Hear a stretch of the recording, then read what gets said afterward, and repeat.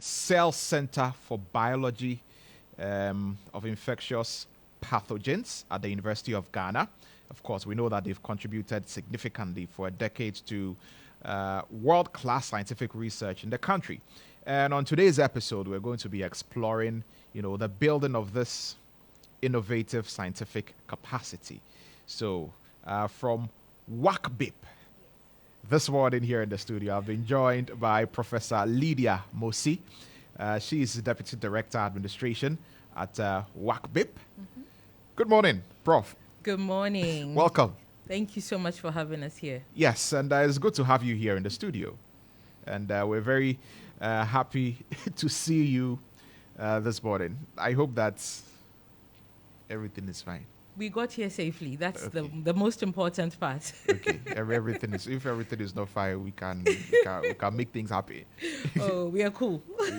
Everything is fine. Perfect. Okay, that's good to know, and we're very, very happy to have you in the studio. I can't emphasize that enough. But so, I mean, let's get into the conversation. Shall we? Right? Talking about some of the innovative research initiatives that has been conducted by your outfit, WACBIP. Or let me just mention the full name for those who are just tuning in.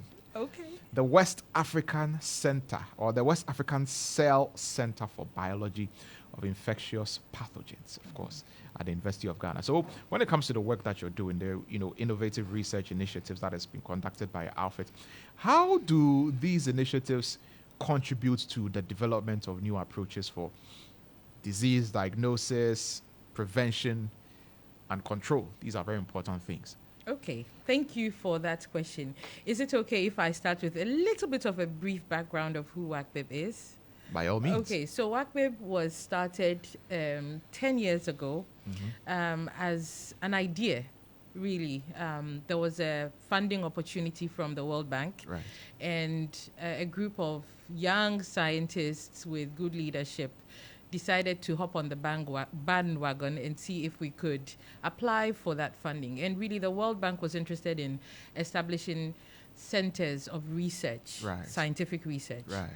where they would support us financially to procure equipment, to create the right environment and build the right infrastructure to be able to train young scientists. And luckily, we were fortunate to get the funding. And since then, we have been steadily working as a team of dedicated faculty members and other staff to train master students, PhD students, postdoctoral students, and a very innovative program where we have interns or national service persons Right. start learning the basics, and then we channel them through the pipeline of higher education. So that's what WACBIP really does. And how long has WACBIP been in existence? 10 years. We started in Wow. 2014. Wow. And the 10-year journey, what has it been like? Oh my gosh, it's been great. Uh-huh. It's been hard work. It's been sacrifice. It's been dedication. It's been a group of people believing in a common goal. Right. It's been people who are contributed to teamwork to try and change the narrative of what scientific research is and try and contribute to solving problems of national importance. Ghana is in West Africa, and in Africa generally, when you're thinking of any disease, they'll tell you the most endemic part is in Africa. It's in Africa, right? yeah. And if we don't start solving our own problems, we shouldn't be expecting people in the West who don't suffer from these problems to come and try and solve them. So the narrative we are trying to change is trying to build the local capacity to address the kind of problems we have specifically within our sub-region. Right, and that even dovetails into the very first question that I asked, about, some of the initiatives, the research initiatives that you've embarked on, and how, that helps or contributes to the development of new approaches for disease diagnosis and prevention and control. So I think the most recent impact that we've had is really when the COVID-19 pandemic hit. If you recall, one of the things that we struggled largely with in Africa was accurately diagnosing the disease immediately and not attributing it to any other thing like malaria or any other febrile illness. And at the center, because we had the necessary equipment, reagents, consumables, and trained personnel who could easily take a swab from a patient that was suspicious, run it through molecular processes, and be able to accurately diagnose that this is COVID-19. That was one of our biggest impacts in recent years. Additionally, with the infrastructure that we have to undertake genome sequencing, we were able to sequence the genome of the virus and assemble it all here in Ghana and show the trend of which type of variant was in the country at which point in time. And all of this information really informed the National Vaccine Institute on how to lift regulations that had been imposed during the pandemic as to when to tighten mask wearing, tighten isolation, and so on and so forth, and when to actually stop doing all of these things because the wave of the pandemic was ebbing out. So this is very important work that you do. And how does the work that you do at WACBIP, help with the image of the country, and even coming from the premier university at the University of Ghana, how does it help with the image, on the world stage, in the West African sub-region, on the African continent? Oh, we have, how do I even start this? I think first, let me talk about the infrastructure first. Yes, Okay. yes. So in the past 10 years, we've been able to amass a very impressive repertoire of equipment which you can use to undertake basic research in Ghana. So we have it open as a core facility for other researchers within the sub-region from across West Africa and Africa to come and run some of the analyses here and take their results back. That's the first thing. Now, the second layer is because we are studying infectious diseases. We are studying malaria, borreliosis, tuberculosis, HIV, COVID-19. And the students in the lab are doing experiments which are trying to see whether any of the compounds that we identify in plants, for instance, would be good treatment, treatments Right. for these diseases. And it goes all the way from the basic research in the lab where we are working with cells, working with DNA, trying to understand how they react with chemical compounds or drugs or possible treatment remedies, Right. to the end point, which is product development. Now, if we are able as a sub-region to make the drugs that we need to treat our own diseases, I mean, that goes a really long way. And that's what WACBIP is all about. WACBIP is about doing cutting-edge research, innovative research, to understand why a certain bacteria causes a disease. How can it be stopped? How can we take the knowledge of how it's stopped to the next point of drug development or of possible prevention and control strategies? Right. And, I asked about, what kind of image this gives us, as a country, and, even as a university and all of that. And it leads me to ask how the training opportunities that are offered by, WACBIP help impact on young African scientists. Oh, I can give you good statistics. So let me start with our postdoctoral fellows who have come and done research in WACBIP. Of the 20-odd postdocs that we've had in the past 10 years, I think there's only one of them who has relocated to the US, or I think UK. Everybody else is here in Africa, Right. either in Ghana or back in their home institutions, where they are also training the next generation of African scientists. So we are stopping the brain drain right at that point. Instead of people finishing training here, going outside and living their lives and bettering the lives of other people in the West, they are remaining here on the continent. And we are doing the good science here on the continent, right, to address our own challenges. We are building a huge pool of people who can go into research and development with pharma companies right now. Our master graduates, our PhD graduates, they are feeding into the university pool. They are becoming lecturers themselves. They are owning their own research group.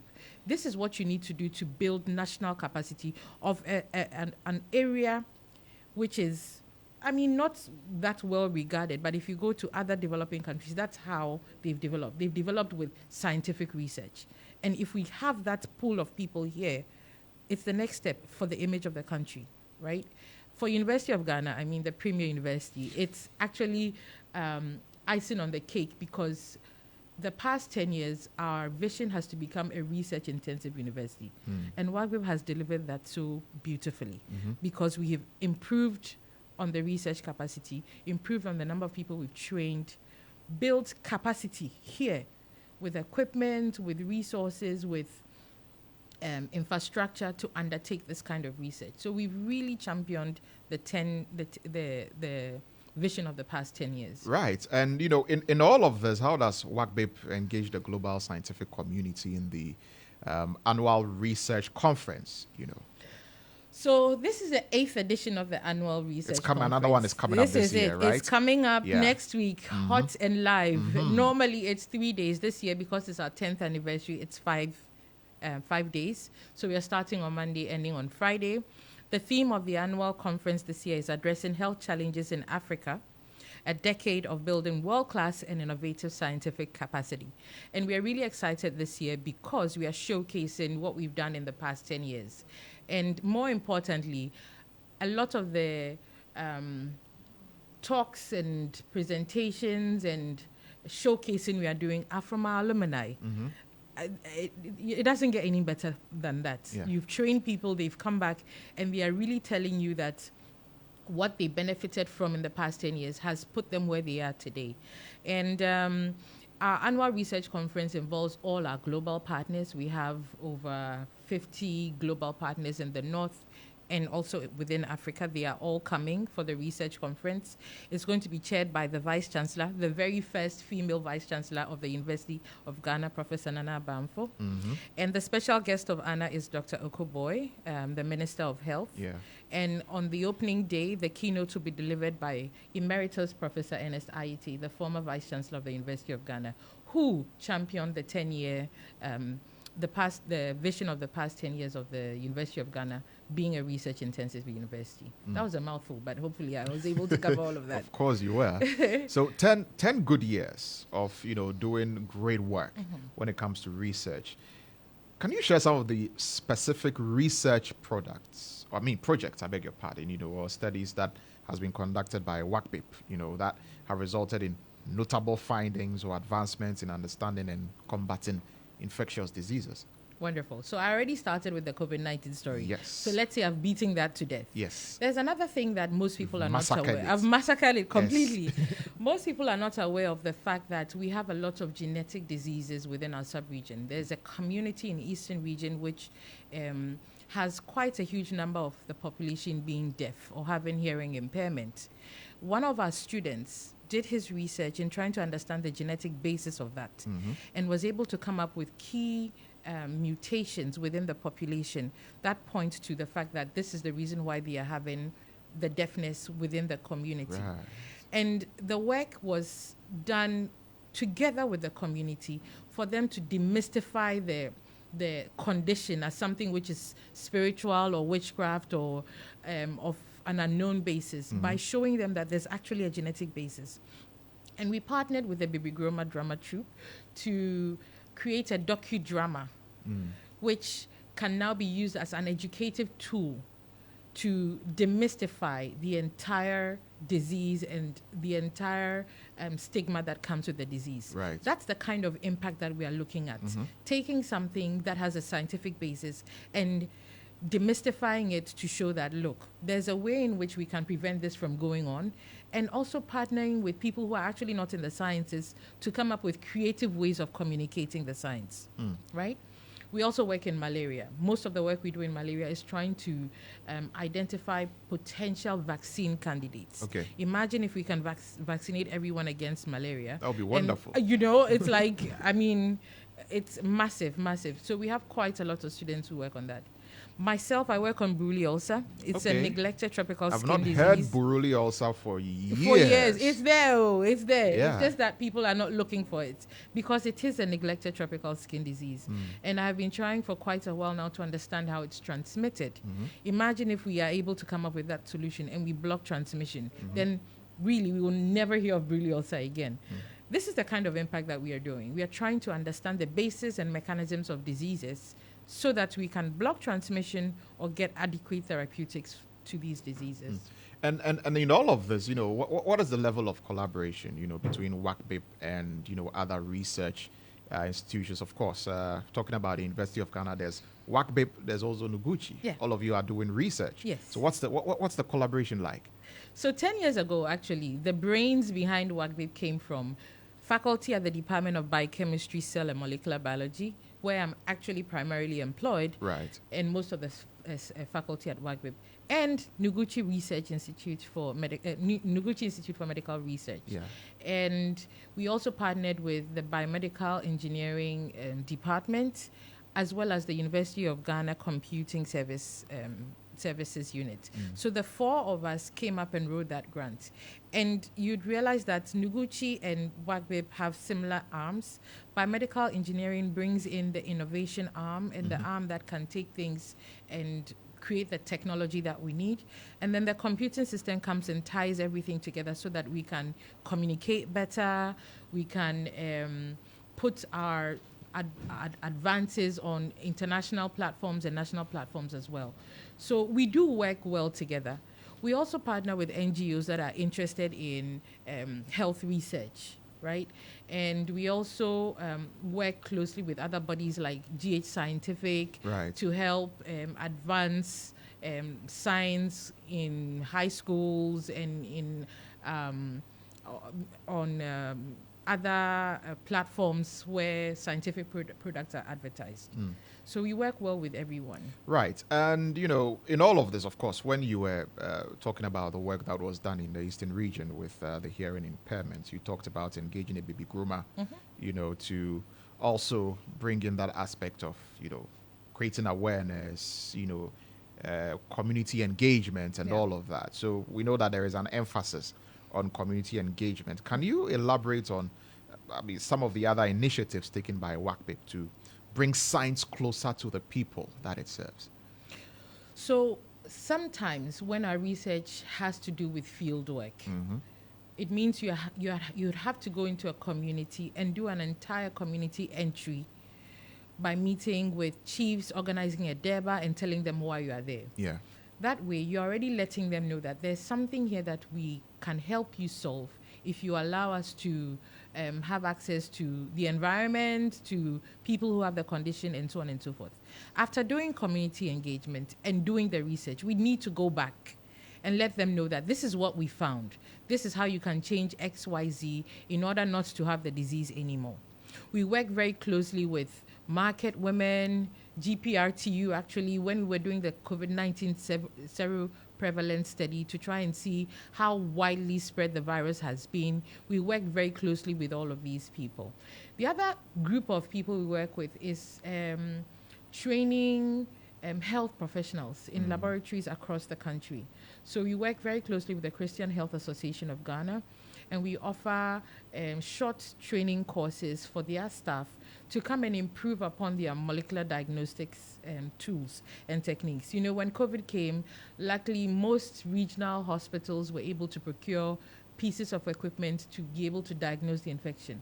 Now, after COVID, those equipments are now becoming white elephants, but they can be repurposed to diagnose other infectious diseases. So this periodic training helps them to utilize the equipment that they have now in their facilities. So our work doesn't just end at University of Ghana. It spans the entire length of the country. We work with the community, we work with people, we work with students in high schools to help them get interested in science and even want to come to the university and do science. Right. So 10 years of making all of this impact, and we're looking forward to 10 more of doing even bigger and better things. Amen. Yeah. So, let's talk future goals and aspirations, of WACBIP, with students, fellows, public health benefits, to the continent in general, all of that stuff.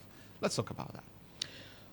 In the past 10 years, we've been actively championing our basic science. We've gotten to a point where now we have key candidates that can go the long haul to product development.